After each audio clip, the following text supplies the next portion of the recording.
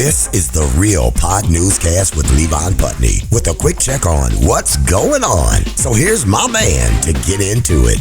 Hey, thanks for tuning in. Back into another work week. Well, actually, I'm recording this early on Sunday, trying to get ahead. And here in New Jersey, this nor'easter starting to dump snow on us right now, actually, again, talking over a foot of snow possible. We'll see more shoveling, more limited parking spots.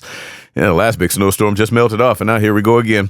Let's see. Yeah, Winter Olympics wrapping up. New York Fashion Week done. London Fashion Week. That week, well, really a weekend. That's ending Monday. Well, did end Monday by the time this comes out Tuesday. When it comes to fashion, though, I'm basic. Now, I was just teasing my daughter for her furry boots. I posted a picture of them on socials, but she's the stylish one. Look, I rock 10-year-old faded T-shirts. Just let me know when silk shirts and hammer pants are coming back. That's my fashion. My favorite stories of the day. In Phillipsburg, New Jersey, the streets have gotten hungry. Had this in my newscast on NJ 101.5 last week on two sinkholes that opened up last Monday and swallowed a car. Had to be pulled out, so road crews and police came out the next day. A dump truck carrying asphalt, well, that pulled up about 30 feet away from the sinkholes to pour in the holes and fill them, but never got the chance because the street was still hungry. Opened his mouth again and swallowed the dump truck. Down the hatch of a third sinkhole, and that big old dump truck hit a water main in that hole, so about 20 homes on the block lost their water for a day or so because the street apparently cracked open and drank some water after eating all those vehicles.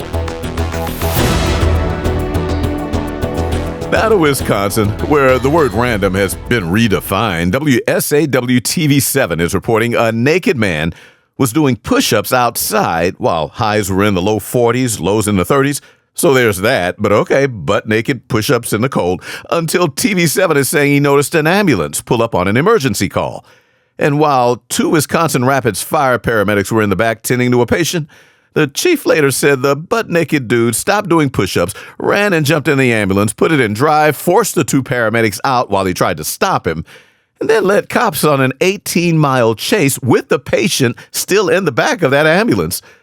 Police eventually blew out the tires, and the ambulance ended up stopped in the field. That's where police body camera footage showed a naked man stepping out with his hands up in a field and private parts out in Wood County, no less. That man is facing a lot of charges. And the last one explains it all. Operating while intoxicated. Drunk, not high.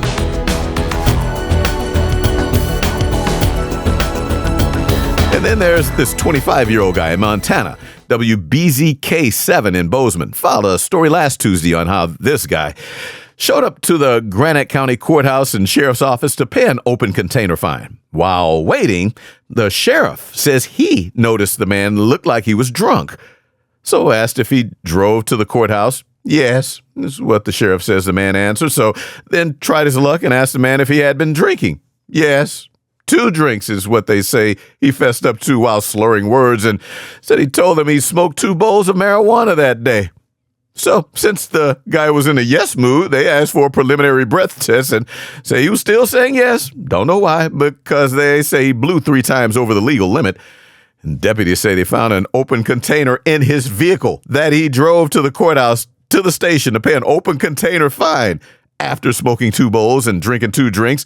Too bad. 2 more charges, DUI and another open container violation. And how about this for a drunk trifecta? A dentist in a North Texas city of Sherman, north of Dallas, was arrested last Monday the 16th after cops were called to a pediatric dentistry office because the caller said it seems like this pediatric dentist was drunk. WFAA ABC 8 is reporting officers say they got there and found the caller was right and that this 36-year-old dentist had even done a filling and crowning procedure on an 8-year-old, but stopped the surgery halfway through after the assistant saw the signs of drunkenness. A field sobriety test apparently did not help her cause. That dentist was arrested, booked, and released on bond. Now, to be fair, her attorney claims blood results will show she had no alcohol or drugs in her system. And we'll round out the section with a 37-year-old Florida guy.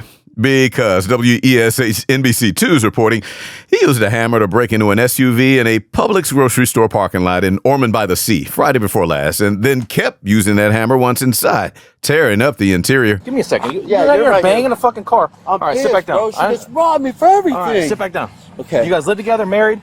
No, she left and she just told me.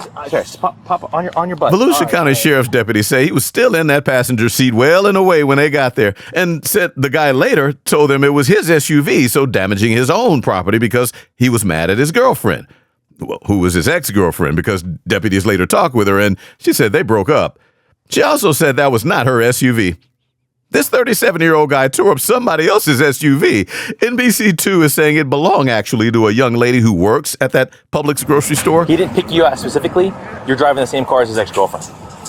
So he thought it was his ex-girlfriend who tried to rob him last night or whatever he was saying. A local car dealer heard about this story and hooked her up with a free rental while helping her repair the SUV. Hammer dude, by the way, charged with burglary, criminal mischief, and drug possession. That might be an explanation if this is all true. Back in a moment, but before we break, a word about the Jams podcast. Blazing the best hip-hop, R&B, reggae, soca. You can get the Jams podcast mix on Amazon Music, Audible, iHeart, Apple Podcasts, and Deezer. Download the podcast for free. It's Jams Hour Mix with Greg H. High five. My cracking in butts. It's what we do for you. Time for a peaceful moment.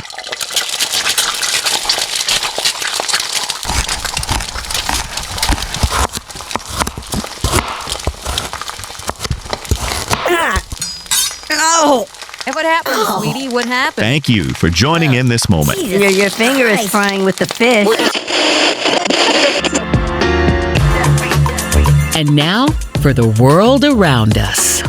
Well, the Winter Olympics had all kinds of headlines this time. A biathlete wins bronze and promptly tells the world he cheated on his girlfriend. The BBC and other news outlets reported the Olympic Village ran out of 10,000 condoms in less than a week. Athletes. And then there's the Australian Channel 9 reporter and rugby league host Danica Mason. The price of coffee over here is actually fine. It's more the price of coffee in the US that we are going to have to get used to. I'm not sure about the iguanas. Where are we going with that one? But anyway. She apologized last Thursday after this live hit last Wednesday because she apparently had too much to drink earlier that night and says she totally misjudged how much she drank and said not having dinner probably did not help her sobriety. And that live hit.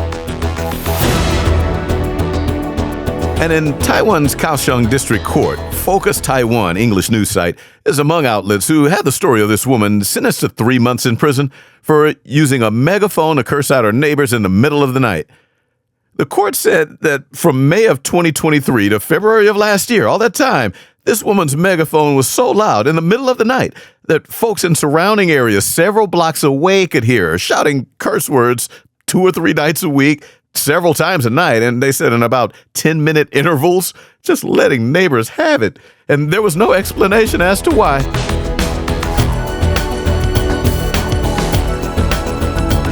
And People magazine posted a story out of Bremen, Germany, on how the Sunday before last, on the 15th, emergency room staffers at a hospital with a German name I won't try to pronounce were sort of interrupted by a constant knock outside one of their sliding door windows. And when a worker went to check, they saw a seabird standing right there, just a seabird with something metallic stuck on his beak. Now, at that point, they started taking pictures and posted them on Facebook. The writing was in German, so People magazine translated. Hospital staffers took the bird in and performed surgery on the beak to pull out what turned out to be a fishing hook. But before they did, the hospital had to call a local fire department for help. Not a vet, but the fire department, because said they needed help cutting the hook so they could take it out.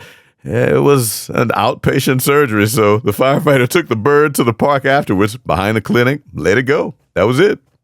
Back it up. Employed friends sleeping over and settling for substandard men. Users have experienced weight gain, depression as a result, and a loss of long hair after an impromptu trip to the beautician. Ask your doctor about Sibonek. Or not. Egg prices are out of control. Can't buy them. I mean, you just can't. No eggs with bacon for breakfast. So a lot of us may feel like this grocery shopper right now. Everybody gonna be skinny, walking around here looking crazy because we can't get no eggs. You know what else I'm gonna tell you what's gonna happen without the eggs? You ain't gonna have no cakes.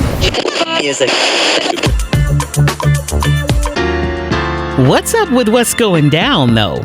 Yeah, because a federal district judge decided last Tuesday that Buffalo Wild Wings can keep legally calling their boneless wings, even though they know damn well that meat is mostly from chicken breast, but boneless breast doesn't sound right. So instead of just going with nuggets, they wanted to stick with the whole wings thing since it's in their name. But some guy claimed to be offended that Buffalo Wild Wings workers were not ripping bones from their wings before serving, so he sued, claiming fraud. And the judge actually wrote in his opinion that the guy did not drum up enough factual allegations to state a claim.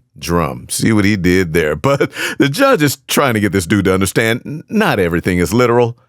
I mean, nobody ever thought baby back ribs came from a baby's back. We all get it. And if this same guy who sued goes out one night, hooks up with a beautiful woman, they spend the night together, but her face looks way different in the morning with no makeup and those lashes pulled off, oh, he better not leave while complaining she's not really the same person he fell for. Now, he can call her fake all he wants, but just like those boneless wings, he ate something real last night.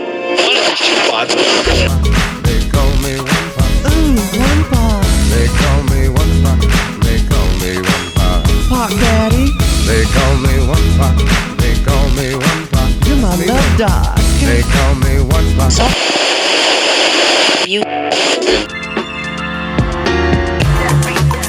And that'll do it for another Real Pod newscast. Thanks as always for tuning in. And please hit follow and subscribe so the show will drop in your feed if haven't already. And follow the show's pages on social media if haven't already. Yeah, we're dropping clips and outtakes from the shows, and I rack up plenty of mistakes pronouncing some of these names, especially during Celebrity B-Days. But hey, have a great rest of the week. Hit y'all up on Friday. This has been the Real Pod Newscast with Levon Putney from Show Enough Productions. And for more, hit up the website, realpodnewscast.com. That's real with 2 E's. This is Big Daddy Marty Allen. Thanks for listening.